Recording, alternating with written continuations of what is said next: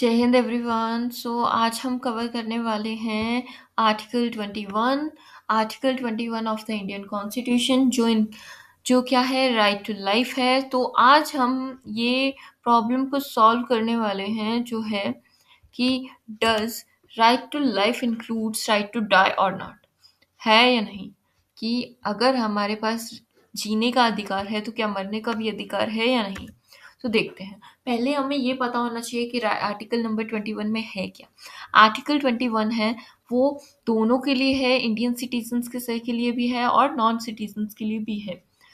इसमें क्या बताया गया है, इस लाइनिंग क्या है, no one shall be deprived of life and personal liberty except procedure establish by law. Life, इसमें क्या है, लाइफ से किसी को डिप्राइव नहीं किया जा सकता, किसी की जिंदगी नहीं छीनी जा सकती, पर्सनल लिबर्टी नहीं छीनी जा सकती, आज़ादी नहीं छीनी जा सकती। और प्रोसीजर एस्टेब्लिश बाय लॉ, मतलब अगर लॉ कहता है, कानून कहता है कि उसके प्रोसीजर के द्वारा, प्रोसेस के द्वारा अगर उसकी पर्सनल लिबर्टी या लाइफ छीनी जाती है तो वो एक्सेप्टेबल है। ओके, ये क्या है, एक्सेप्शन है। अगर लॉ के प्रोसेस से उसकी लाइफ से उसे किसी पर्सन को डिप्राइव किया जा सकता है। ओके, सो फॉर एग्जांपल कि पर्सनल लिबर्टी कब छीनी जा सकती है, प्रोसीजर एस्टेब्लिश बाय लॉ के बारे में तब भी वो हम आगे देखते हैं। इसमें क्या है, प्रोसीजर एस्टेब्लिश बाय लॉ अलग अलग तरह के होते हैं। ड्यू प्रोसेस ऑफ लॉ पहले हम समझते हैं। सब्सटेंटिव लॉ क्या होता है, what should be the laws, laws क्या होने चाहिए। ये हमें सब्सटेंसिव लॉ बताता है कि what should be the law, law होना क्या चाहिए, कैसे होने चाहिए लॉ। ये हमें पता है कि लॉ मेकिंग बॉडी क्या है, लेजिस्लेचर। लेजिस्लेचर क्या है, हमारी लॉ मेकिंग बॉडी है। तो क्या लेजिस्लेटर अपनी मन मर्जी से कुछ भी बना सकता है, कोई भी लॉ बना देगा, काला कानून बना देगा, कुछ भी बना देगा। तो have the power to make law, कौन से लॉ बनाने की पावर है, वही लॉ बना सकता है लेजिस्लेटिव जो नेचुरल जस्टिस के प्रिंसिपल से कंपाइल्ड हूँ, नेचुरल जस्टिस करते हूँ।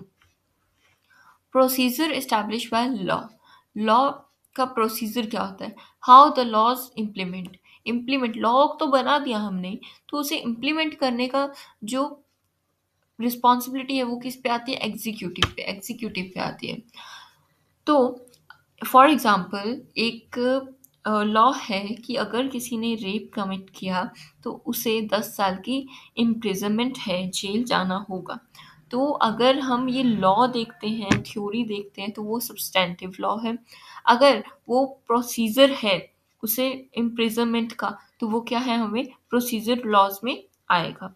Okay, IPC, that's procedure law. तो ये सब क्या है, हमने देखा। अब क्या है, आर्बिट्री एग्जीक्यूटिव एक्शन और आर्बिट्री लेजिस्लेटिव एक्शन।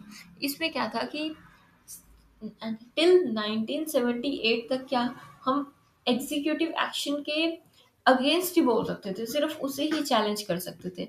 लेकिन आफ्टर 1978 में क्या हुआ, आफ्टर 1978 में just fair and reasonable action हो, लेजिस्लेटिव का लॉ भी एक जस्ट हो, फेयर हो या रीजनेबल हो, ये हम क्वेश्चन चैलेंज कर सकते थे। ये हमें राइट मिल गया था आर्टिकल 21 के अंडर। पर्सनल लिबर्टी, अब पर्सनल लिबर्टी होता क्या है, आज़ादी। ठीक है, पर्सनल लिबर्टी, इसमें एक केस है ए के गोपालन वर्सेस स्टेट ऑफ मद्रास। इसमें क्या है, ए के गोपालन को एक पर्सन है, वो क्या है, उसे डिटेन कर लिया गया, मतलब गिरफ्तार कर लिया गया। इससे क्या हुआ, वो उसकी उस पर्सन की आज़ादी, जो लिबर्टी थी, वो उससे छीन ली गई, इन्फ्रिंज हो गई। पर्सनल लिबर्टी क्या होती है, फिजिकल रिस्ट्रेंट, अगर कहीं को किसी से जाने से रोक लिया जाए या कोर्जन, धमका दिया जाए, दादागिरी की जाए, तो ये सब क्या है, पर्सनल लिबर्टी के अंडर आते हैं। लेकिन इस केस में जो पर्सनल लिबर्टी की डेफिनेशन थी वो बहुत ही शॉर्ट दी गई थी, नैरो इंटरप्रिटेशन दी गई थी। फिर नेक्स्ट केस आया Maneka Gandhi versus union of India. Maneka Gandhi versus union of India, AIR 1978 SC 597 case. ये क्या है, साइटेशन दी हुई है, AIR ऑल इंडिया रिपोर्टिंग्स। तो इसमें क्या है, सुप्रीम कोर्ट SC ठीक है, तो ये क्या है, साइटेशन है, केस की साइटेशन है। इसमें क्या किया था, मेनका गांधी का पासपोर्ट सीज कर लिया गया था गवर्नमेंट के द्वारा, गवर्नमेंट ने उसका पासपोर्ट उससे ले लिया। इससे क्या हुआ कि मेनका गांधी कहीं और नहीं जा सकती थी अपना कंट्री छोड़ के। इसमें क्या हुआ, विदाउट एनी रीजन किया गया ये।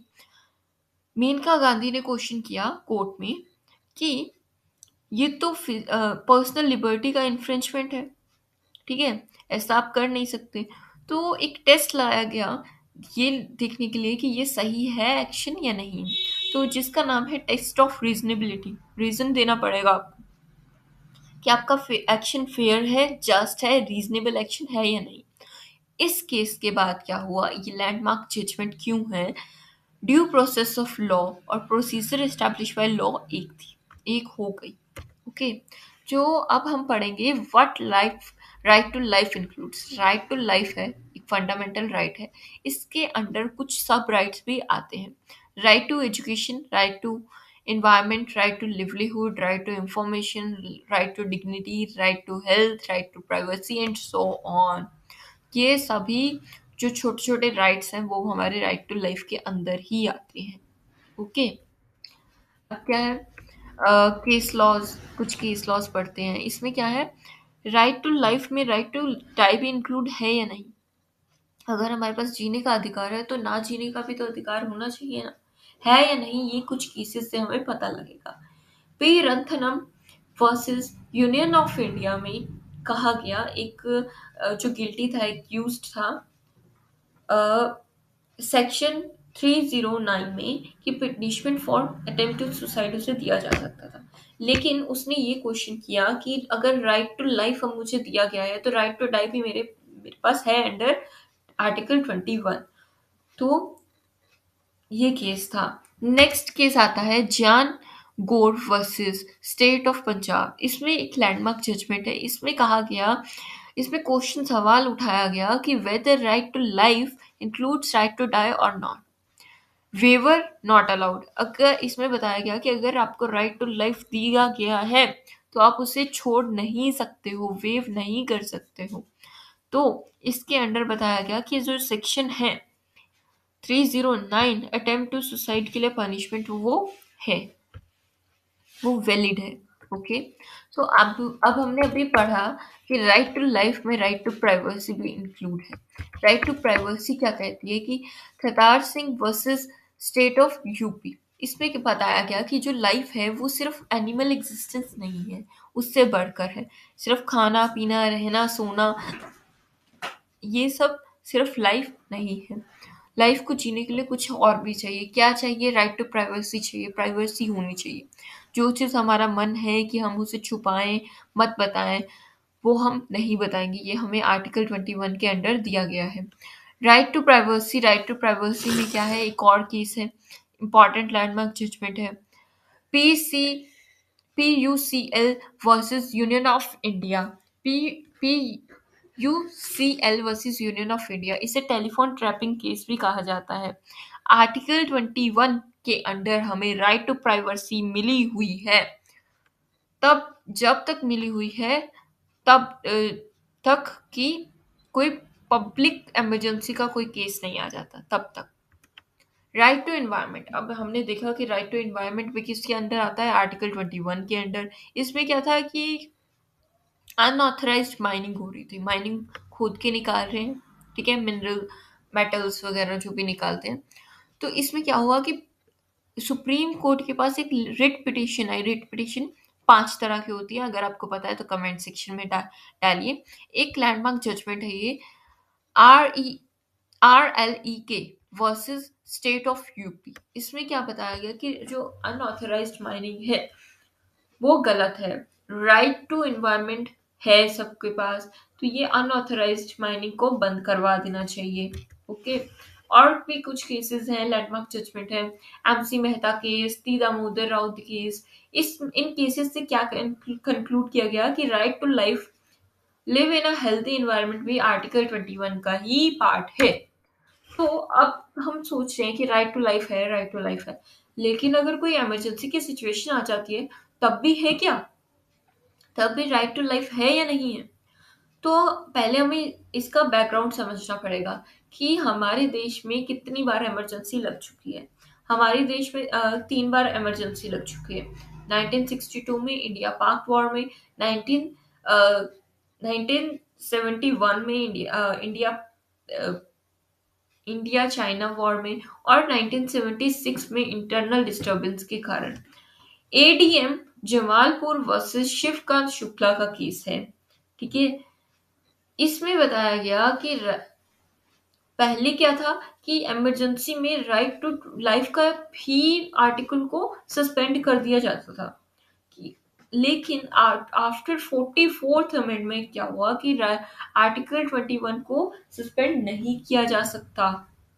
किसके बाद? आर्टिकल 44 अमेंडमेंट के बाद। तो ये हमने इमरजेंसी में देख लिया कि क्या था। अब हमने लेट्स रिवाइज। अब हम पहला क्वेश्चन जो वीडियो के स्टार्टिंग में हमने पूछा था, does right to life includes right to die और not? No it doesn't. No it doesn't. Right to life को वेव ऑफ नहीं किया जा सकता।